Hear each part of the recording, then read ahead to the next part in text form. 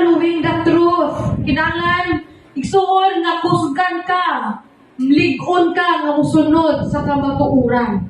Kung unsa ang tinuod, kung unsa ang kamatuoran nga imong nahibaluan, that Jesus is only the way to heaven. Walay mga rebulto nga imong gunitan kay kabalukas kamatuoran. Amen? Amen. Mo na kusgan ka ang imong pagtuo, kusgan diha sa Ginoo. Walay makabaylo sa imong pagtuo sa Ginoo igsuon. Kay tungod nakaila ka sa iya. O number 3, focus that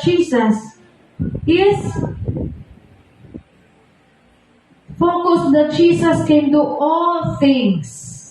Kung nahimo man niya ang langit o ang yuta, kung nahimo man sa Ginoo ang mga kahayupan, kung nahimo man sa Ginoo ang mga punuan, mga kabukiran, kung nahimo man sa Ginoo ang dagat, well, ang imuhang gipangandoy, simple na kayo para niya. Kasi ang nagtagya sa silver and gold. Amen ba? Amen. Simple na kayo niya. Para sa iyaha, nothing is impossible. Walay butang nga dili makaya sa Ginoo. Walay butang sa tuang kinabuhi nga dili niya kaya.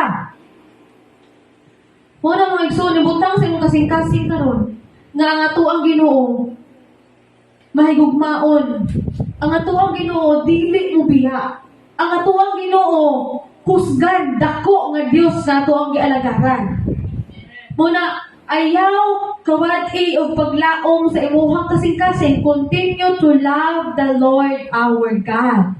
Continue to fix our eyes on Jesus alone. Continue to mangayotag ka ng kaalam o kahibalo sa iya. Padayon igsuon na siya imong paglaom.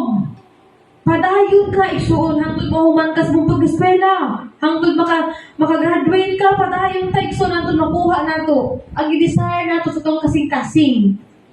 Padayon ka. Padayon sa paghatag o kahimayaan sa Ginoo. Bisag nagluya ka. Bisag daghan kag ipagpas-an na problema. Pero kaya natong ibalik ang kahimayaan sa Ginoo. Kaya ang ato ang purpose nganong gibuhat ta sa Ginoo is to give glory unto Him. Wala na ilain patang purpose. Kundi mo dahil sa iyaha. Awitan siya, pasalamatan siya. Muna ito purpose, igsuon. Muna ang mga distractions sa ito ang kinabuhi. Di na ito na pansinon.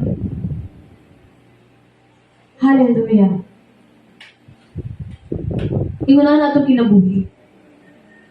Inguna na ito i-reflect ang ito ang kinabuhi sa mga disipulo sa una sa Ginoo. Inguna na ang ito ang kinabuhi.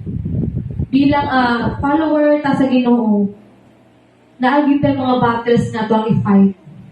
Kinahanglan gid nato na siya i-fight.